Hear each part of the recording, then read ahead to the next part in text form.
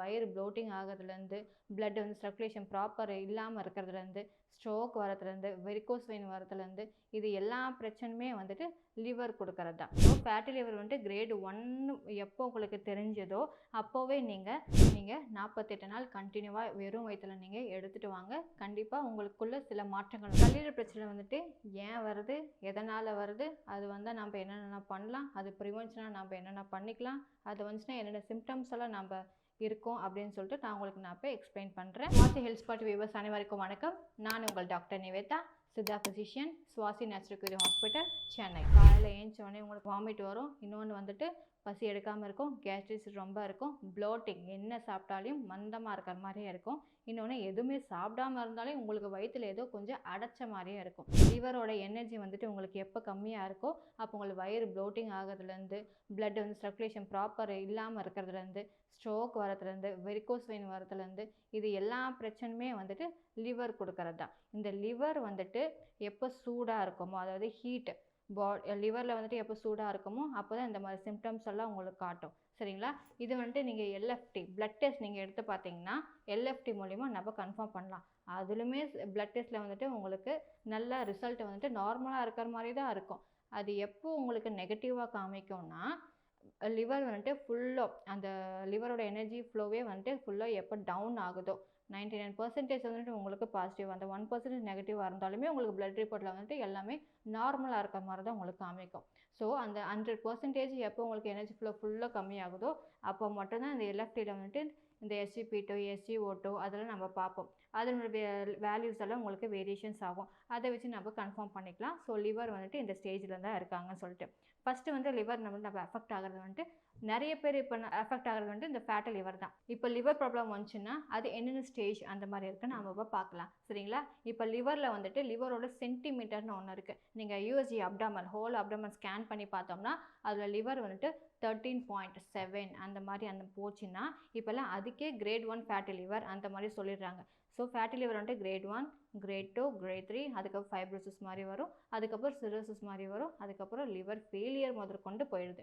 So fatty liver வந்துட்டு great 1 எப்போ உங்களுக்கு தெரிஞ்சதோ அப்போவே நீங்கள் அதுக்கான மருத்துவத்தை நீங்கள் எடுத்துக்கிட்டால் மட்டும்தான் இதுலேருந்து நீங்கள் வெளியே வர முடியும். இல்லைனா கிரேட் 1, கிரேட் 2, ஃபைப்ரோசிஸ், சிரோசிஸ் வரையும் ஃபுல் பிரச்சனையாக வந்துட்டு வந்து முடியும். அது கல்லீரல் பிரச்சனையிலேருந்து நம்ம வெளியே கொண்டு வரணும்னா நான் சில டிப்ஸ் நான் சொல்கிறேன். அதுபடி நீங்கள் ஃபாலோ பண்ணிக்கோங்க, கேட்டு தெரிஞ்சுக்கோங்க. சரிங்களா? கீழா நெல்லி அது இப்போ இருக்கிற ஜென்ரேஷன் வந்துட்டு தெரியாமல் கூட இருக்கலாம். பல பேருக்கு கீழா நெல்லியில் என்னன்னு உங்களுக்கு தெரிஞ்சிருக்கும். அது கீழா நெல்லி வந்துட்டு உங்களுக்கு பொடி ஃபார்ம்லேயும் கிடைக்கும், இன்னொன்று வந்துட்டு லீஃப் ஃபார்ம்லேயும் உங்களுக்கு கிடைக்கும். சரிங்களா? பொடி வந்துட்டு நாட்டு மருந்து கடையில் கேட்டிங்கனாவே கொடுப்பாங்க. லீஃப் வந்துட்டு கிராமப்புறங்கள்லாம் நிறைய அந்த மாதிரியெல்லாம் இருக்கும். அது நீங்கள் வாங்கிக்கோங்க. அது நீங்கள் எப்படி நீங்கள் இப்போ பயன்படுத்த போகிறீங்கன்னா கீழா நெல்லி பொடியாக கிடச்சிச்சின்னா 1/2 டம்ளர் வார்ம் வாட்டரில் 1 டீஸ்பூன் வந்துட்டு மிக்ஸ் பண்ணி அதை நீங்கள் பிஃபோர் ஃபுட்டாக நீங்கள் குடிச்சிக்கலாம். இல்லைன்னா அது நல்லா கொதிக்க வச்சு நீங்கள் வெந்நீரில் வந்துட்டு போட்டு கொதிக்க வச்சு நீங்கள் எடுத்துக்கலாம். பொடியாக நீங்கள் கிடச்சிச்சின்னா சப்போஸ் லீஃபாக கிடச்சிச்சின்னா 1 கைப்பிடி அளவு வந்துட்டு லீஃபாக வந்துட்டு மார்னிங் எம்டி ஸ்டொமக்கில் அது ஜூஸாக போட்டு நீங்கள் குடிக்கணும். நீங்கள் 48 நாள் கண்டினியூவாக வெறும் வயிற்றில் நீங்கள் எடுத்துகிட்டு வாங்க. கண்டிப்பாக உங்களுக்குள்ள சில மாற்றங்கள் வந்துட்டு தென்படும். அதுக்கப்புறம் நம்ம என்ன பண்ணணும்னு சொல்லிட்டு மருத்துவமனைக்கு வந்து கன்சல்டிங் பண்ணிக்கோங்க. கன்சல்டிங் பண்ண அப்புறம் அதுக்கு என்ன மெடிசன் நம்ம கொடுக்கணும், கிளென்சிங் ப்ராசஸ்லேருந்து நம்ம என்ன பண்ணணும்னு சொல்லிட்டு நாங்கள் உங்களுக்கு விரிவாக்கமாக எக்ஸ்ப்ளனேஷன் உங்களுக்கு கொடுத்துருவோம். இந்த 48 நாள் கீழே நெளிச்சாறு ஏன் எடுக்கணும்னு கேட்டிங்கன்னா நம்மளோட லிவர் தான் ராஜ உறுப்புன்னு நம்ம சொல்லுவோம். நம்ம பாடியில் எது முக்கியமான உறுப்புன்னு பார்த்தீங்கன்னாவே நம்ம லிவர் தான். சரிங்களா? லிவர் எப்போ சோர்ந்து போகிறாரோ, இன்ஆக்டிவாக இருக்காரோ அப்போ தான் வந்துட்டு நம்ம பாடியில் வந்து இந்த லேசினஸ் வர்றது எல்லா பிரச்சனையுமே வரும். சரிங்களா? லிவர் கொஞ்சம் சோர்ந்து போனார்னா கிட்னி கொஞ்சம் டயர்ட் ஆகிடும். கிட்னி டயர்ட் ஆகும்போது ஸ்டொமக்கு டயர்ட் ஆகிடும். ஸோ எல்லா பார்ட்ஸுமே உங்களுக்கு டயர்ட் ஆகிற மாதிரி இருக்கும். ஸோ நம்ம லிவரை நம்ம சூடாக்காமல், இன்ஆக்டிவ் ஆகாமல், லேசினஸ் ஆகாமல் நம்ம பார்த்துக்கணும்னா அது நம்ம கிளென்சிங் ப்ராசஸ் முதற்கொண்டு அது நம்ம ப்ராப்பராக நம்ம வச்சுக்கணும். லிவர் தான் வந்துட்டு நம்ம பாடியில் பியூரிஃபிகேஷன்லேருந்து டீடாக்ஸ்லேருந்து எல்லாமே அது பண்ணும். ஸோ அதோட எனர்ஜி நமக்கு எப்போ ஃப்ளோ வந்துட்டு கம்மியாகுதோ அப்போ தான் நம்மளுக்கு சில பல பிரச்சனைகள் வந்துட்டு நம்ம பாடியிலே வந்துட்டு உருவாக்கும். அதனால் மட்டும்தான் இந்த கீழா நெல்லி ஜூஸ் வந்துட்டு 48 நாள் வந்துட்டு நான் எடுக்க சொல்கிறேன். இது எடுத்ததுக்கப்புறம் உங்களுக்கு சில மாற்றங்கள் வந்துட்டு நீங்களே வந்துட்டு கண்கூடா வந்து பார்ப்பீங்க. கீழா நெல்லி சாறு ஒரு நாள் எடுத்துக்கோங்க. இன்னொன்று வந்துட்டு வெள்ளை பூசணி சாறு. சரிங்களா? வெள்ளை பூசணி சாறும் அதே மாதிரி தான் மார்னிங் எம்டி ஸ்டொமக்கில் இதே ஒரு 48 நாள் வந்துட்டு எடுத்துக்கோங்க. ஒன்று கீழா நெல்லி சாறு எடுத்துக்கோங்க, இல்லையா வெள்ளை பூசணி சாறு அது ஒரு எம்டி ஸ்டொமக்கில் எடுத்துக்கலாம். வெள்ளை பூசணி வந்துட்டு உள்ளார மேல் தோலெல்லாம் சீவிடுங்க. உள்ளார சீடு வந்துட்டு இருக்கும். அது முத்துனதா இருந்தால் சீடு நீங்கள் எடுக்கக்கூடாது.